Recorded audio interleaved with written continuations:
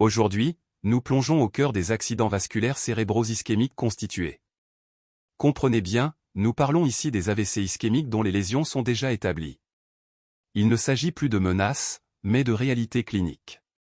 Ces événements sont plus communément appelés infarctus cérébraux. C'est une notion fondamentale pour notre compréhension des pathologies neurologiques. Retenez bien ce terme car il sera omniprésent dans la suite de notre cours. Objectif pédagogique clair pour cette session. Nous allons d'abord définir précisément l'infarctus cérébral, puis explorer sa physiopathologie pour comprendre son implication dans la prise en charge. Ensuite, nous identifierons les syndromes artériels majeurs, avant d'aborder comment poser un diagnostic d'IC solide. Enfin, et c'est crucial, nous verrons ensemble la prise en charge en urgence d'un infarctus cérébral en phase aiguë. Prêt à décrypter le cerveau? Aujourd'hui, nous allons aborder ce sujet clé en suivant un plan clair. Nous débuterons par une introduction et un rappel anatomique pour les fondations. Puis, nous plongerons dans la physiopathologie et l'éthiopathogénie pour comprendre les mécanismes. Nous explorerons ensuite le diagnostic sous tous ses angles, positifs, différentiels et étiologiques. Enfin, nous conclurons par la prise en charge. Une session essentielle vous attend, préparons-nous. Introduction 1. Commençons par définir l'AVC, l'accident vasculaire cérébral. C'est un déficit neurologique soudain, dont l'origine est présumée vasculaire. Mais attention, nous distinguons aussi l'AIC, l'accident ischémique constitué. Ici, le déficit neurologique est également soudain et d'origine ischémique, mais ce qui le caractérise vraiment, c'est la persistance des symptômes cliniques au-delà de 24 heures. C'est un point crucial pour le diagnostic et la prise en charge.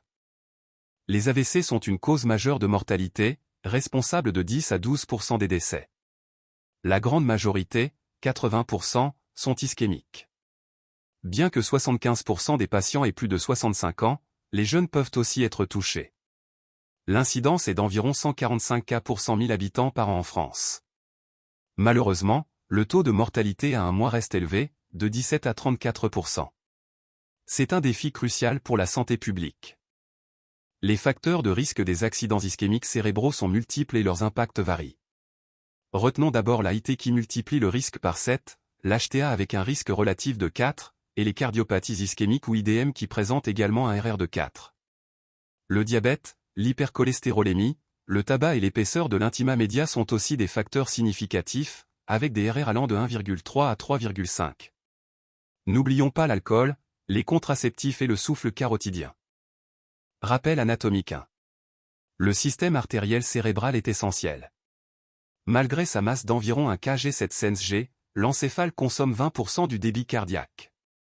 Sa vascularisation repose sur deux systèmes, les deux carotides internes et les deux artères vertébrales, ces dernières fusionnant pour former le tronc basilaire.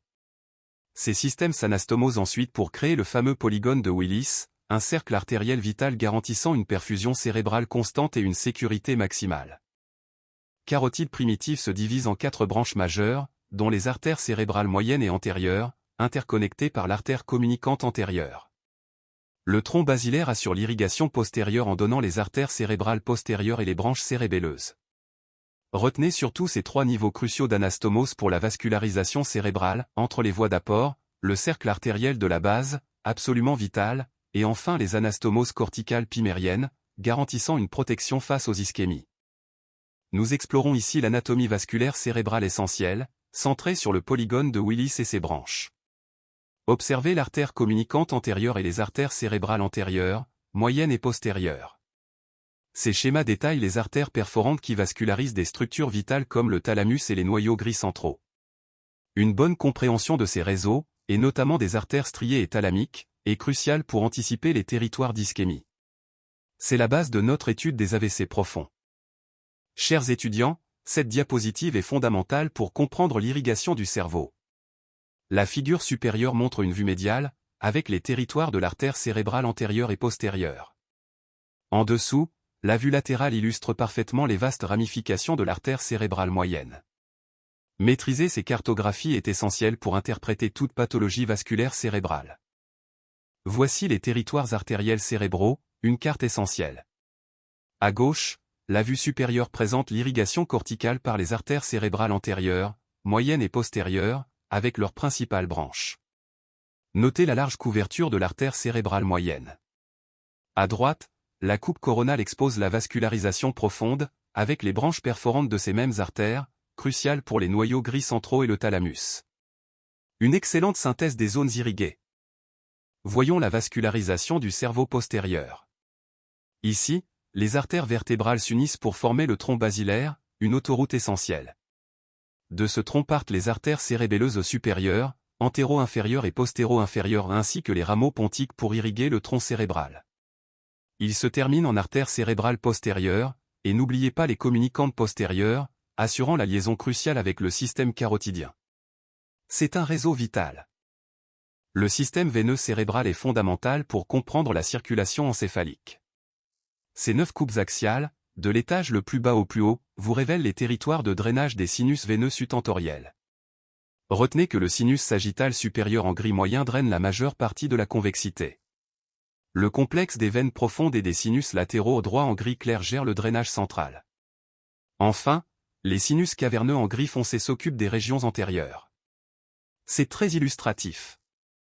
Angiographie cérébrale. Sur cette diapositive, nous explorons l'imagerie vasculaire du cerveau.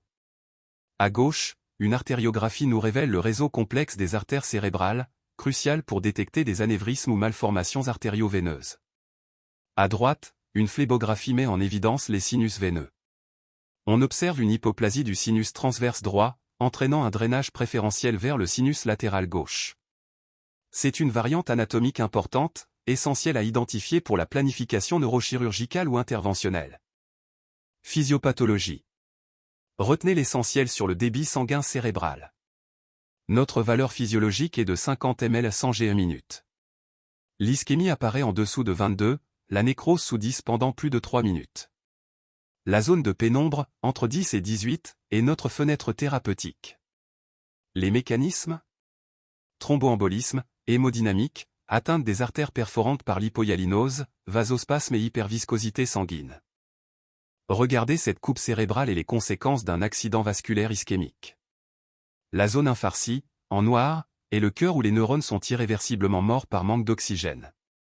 Autour, la pénombre ischémique, hachurée, est une région hypoperfusée mais potentiellement réversible. C'est notre priorité thérapeutique absolue, agir vite pour sauver ces neurones encore viables et limiter les séquelles. Diagnostic positif. Pour cela, notre démarche est triple. L'interrogatoire est primordial, on cherche un début brutal, les antécédents, et surtout les facteurs de risque spécifiques. Vient ensuite l'examen neurologique, qui nous permet de caractériser un syndrome anatomoclinique précis, véritable clé d'orientation. Enfin, et c'est souvent décisif, les examens neuroradiologiques confirment notre hypothèse et localisent avec précision la cause. C'est l'alliance de ces 3 piliers qui assure un diagnostic fiable et complet. Syndrome anatomoclinique. Retenons l'essentiel sur les infarctus. 80% des infarctus du territoire carotidien, les AIC, surviennent dans le territoire de l'artère cérébrale moyenne, l'ACM, notamment dans le T.ci. Les infarctus totaux de l'ACM, 20 à 30% des AIC, ne laissent malheureusement que 10% d'autonomie. Le pronostic est réellement sombre, avec une mortalité précoce de 80% dans les 15 premiers jours. C'est un point capital pour la prise en charge de nos patients. Aujourd'hui, nous explorons les syndromes anatomocliniques. Au niveau du territoire supérieur, attendez-vous à une hémiparésie facio-brachiale associée à des déficits sensitifs discriminatifs, des troubles du langage comme l'aphasie ou l'anosognosie. Le territoire profond, lui, révèle des hémiparésies plus pluro-ataxiques, souvent accompagnées de dysarthrie, d'hémichoréoathétose ou d'une hémingligence. Comprendre ces différences est essentiel pour votre diagnostic topographique. Syndromes anatomocliniques, aujourd'hui l'infarctus total de l'artère cérébrale moyenne. C'est grave, très grave, 20 à 30% des infarctus avec un pronostic catastrophique, 80% de mortalité précoce avant 15 jours. Les signes sont massifs, hémiplégie, hémianesthésie, déviation oculaire, et selon l'hémisphère touché, aphasie globale ou négligence. Gardez en tête cette gravité extrême et l'étendue des déficits neurologiques. Cet infarctus total de l'artère cérébrale antérieure est un cas moins fréquent, représentant 10% des AVC. Retenez bien sa signature clinique, une hémiparésie et une hémihypoesthésie à nette prédominance crurale. Les symptômes frontaux sont majeurs, aboulie, apathie, et ce fameux grasping réflexe. Ne pas oublier les troubles sphinctériens et, en cas d'atteinte bilatérale, le mutisme akinétique et l'incontinence. Un tableau très spécifique. L'artère choroïdienne antérieure est essentielle. Son atteinte typique se manifeste par une hémiparésie, souvent associée à une hémihypoesthésie, et parfois une hémiparésie ataxique. Retenez que si l'atteinte est à droite, on peut avoir une aphasie sous-corticale. Si c'est l'hémisphère non dominant, cherchez l'héminégligence et l'apraxie constructive.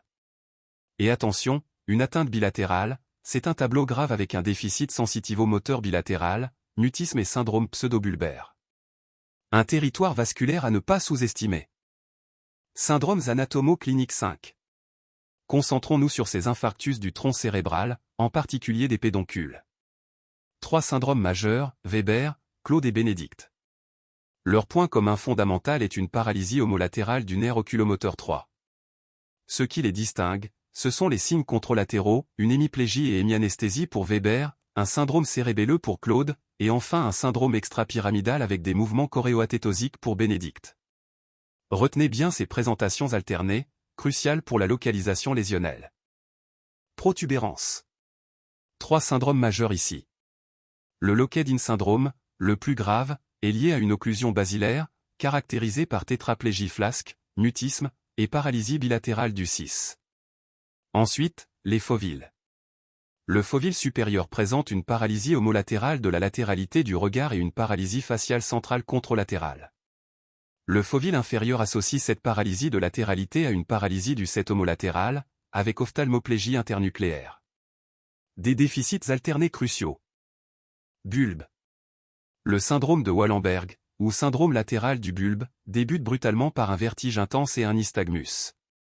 Du côté de la lésion, vous observerez une hypoesthésie faciale douloureuse, une paralysie de l'hémivoile avec dysphagie, des troubles cérébelleux et un syndrome de Claude Bernard Horner. Fait marquant, du côté opposé, il y aura une hypoesthésie thermo-algésique épargnant la face. C'est crucial pour le diagnostic. Un infarctus dans le territoire de l'artère cérébrale postérieure se manifeste richement. Si l'atteinte est superficielle, attendez-vous à des troubles visuels complexes comme des hallucinations, une diplopie monoculaire, ou des déficits de perception du mouvement, souvent associés à une aphasie sensorielle ou une prosopagnosie. En revanche, l'atteinte profonde se signale plus classiquement par une hémiparésie et un syndrome thalamique. Retenez cette distinction cruciale pour le diagnostic topographique. Cérébellé moins de 5% des AIC. Un chiffre faible, mais un impact majeur. L'infarctus cérébelleux étendu, surtout celui de l'artère cérébelleuse postéro-inférieure, est très grave. Sa présentation est parfois pseudo-tumorale, avec risque d'engagement amygdalien et de décès. Pour l'artère cérébelleuse supérieure, attendez-vous à un syndrome cinétique, des mouvements anormaux homolatéraux, et une hypoesthésie thermo-algésique contralatérale. Gardez l'œil ouvert, ces diagnostics sont critiques. Complémentaire pour un diagnostic positif, retenez l'essentiel. La TDM cérébrale sans contraste, souvent normale dans les premières 24 heures, révèle une hypodensité ischémique. Mais pour un diagnostic ultra précoce, dès la première heure, c'est l'IRM de diffusion B1000 avec perfusion qui prévaut, délimitant précisément la pénombre. Et pour aller encore plus vite, des marqueurs biologiques comme la S100 bêta permettent un diagnostic avant 6 heures. La précocité est déterminante. Voyez l'évolution d'un AVC ischémique en TDM. À 50 minutes, le signe hyperdense de l'artère moyenne indique le caillot. À 3 heures, une discrète hypodensité apparaît, révélant l'ischémie. À 25 heures, l'infarctus est massif, une vaste zone hypodense, avec édème et effet de masse. Cette progression temporelle souligne l'urgence absolue de la prise en charge. En IRM de diffusion-perfusion, nous avons ici l'outil essentiel pour l'AVC ischémique aigu. Observez à gauche, la diffusion identifie le cœur de l'infarctus, cette zone claire de restriction. L'ADC au centre confirme parfaitement cette lésion irréversible. Mais c'est la perfusion à droite qui est cruciale, elle révèle une zone de sous-perfusion massive, la pénombre, le tissu encore à risque mais potentiellement récupérable. Ce mismatch entre diffusion et perfusion est notre boussole pour une intervention rapide et ciblée. Examen complémentaire à visée étiologique. Pour identifier la cause, on débute par l'échodoplé des vaisseaux du cou et transcrânien. Le bilan cardiaque est essentiel, ECG, écho cardio transthoracique ou transésophagienne. On y ajoute l'angio-TDM, l'ARM, voire l'artériographie cérébrale. Un bilan biologique étendu est aussi fondamental, FNS, glycémie, lipides, marqueurs inflammatoires et immunologiques spécifiques. Adaptions ensuite au contexte clinique. Regardez comment le Doppler couleur des carotides nous révèle la dynamique complexe du flux sanguin. Ici, au niveau de la bifurcation, le jeu des couleurs n'est pas toujours signe de pathologie. Les zones bleues, souvent vues au bulbe comme ici, traduisent un reflux physiologique ou un aliasing dû aux vitesses élevées. C'est un phénomène normal, pas une anomalie. Comprendre ces nuances est essentiel pour une interprétation correcte de vos échographies carotides. Le diagnostic différentiel, cliniquement, se pose principalement avec 3 entités majeures à ne pas manquer. Premièrement, l'AVC hémorragique, qu'il faut toujours considérer dans l'urgence. Deuxièmement, les tumeurs cérébrales secondaires, qui peuvent parfois se manifester de manière aiguë. Et enfin, n'oublions jamais l'hémorragie intratumorale, une complication redoutable. Ces 3 diagnostics sont absolument clés pour guider notre prise en charge initiale. Aujourd'hui, explorons les étiologies des accidents ischémiques cérébraux. L'athérosclérose carotidienne est une cause majeure 20-30% des AIC. Les cardiopathies emboligènes représentent 15 à 20%, montant à 36% chez les jeunes pour des pathologies comme la fibrillation auriculaire. La dissection des artères cervicales est aussi fréquente chez le sujet jeune 20%. D'autres causes incluent hématologiques, vascularites ou infections. Cependant, attention, 15 à 40% des AVC demeurent de cause indéterminée. L'athérosclérose, cette maladie inflammatoire chronique des artères, est parfaitement illustrée ici. À gauche, vous voyez une sténose carotidienne très significative, visible par angiographie, qui réduit drastiquement le flux sanguin et est potentiellement dangereuse. À droite, l'échographie Doppler couleur nous permet d'évaluer le flux et la morphologie vasculaire, notamment au niveau des bifurcations comme celle-ci. Ces zones sont fréquemment le siège du développement des plaques d'athérome. Comprendre cette pathologie est crucial pour sa prévention et son traitement. Hypoplasie de l'artère vertébrale, un diagnostic essentiel. Sur ces échographies, observez d'abord en a l'artère vertébrale prétransversaire normale, avec un calibre et un flux coloré bien visibles. Maintenant, en B, la différence est flagrante, l'artère est nettement plus petite, son flux réduit. C'est l'image typique de l'hypoplasie vertébrale. Une anomalie de développement qui, même asymptomatique, nécessite une bonne connaissance pour interpréter correctement l'irrigation cérébrale postérieure. La prise en charge de l'accident ischémique cérébral, l'AIC, est une véritable urgence diagnostique et thérapeutique. Retenez bien ce concept clé, time is brun. Chaque minute compte. Pour un patient hospitalisé dans les 4 premières heures, nous visons une thrombolyse intraveineuse dans les 4 heures et demie. C'est crucial. L'objectif est la reperfusion dans une unité neurovasculaire pour maximiser les chances de récupération neurologique complète. Traitement à la phase aiguë, nous avons ici 2 approches vitales. Premièrement, la thrombolyse intra-artérielle, une option rapide et efficace, doit être envisagée dans les 6 premières heures. Mais la vraie avancée, c'est la thrombectomie. Que ce soit par aspiration ou avec un dispositif spécifique, nous pouvons retirer le thrombus, idéalement avant 6 heures, et même jusqu'à 24 heures pour certains patients, grâce aux preuves solides de l'étude Dawn de 2017.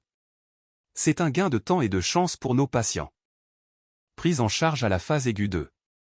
Pour le TPA, retenez 0,9 mg par kg, 10% en bolus, le reste sur 1 heure. L'évaluation neurologique est fréquente, toutes les 15 minutes durant la perfusion, puis toutes les 30 minutes sur 6 heures. Crucial, en cas de céphalée ou pic de tension artérielle, on stoppe la perfusion et réalise un scanner. La surveillance de la PA est aussi très rapprochée, déclenchant un traitement antihypertenseur si elle excède 180/105 mmHg.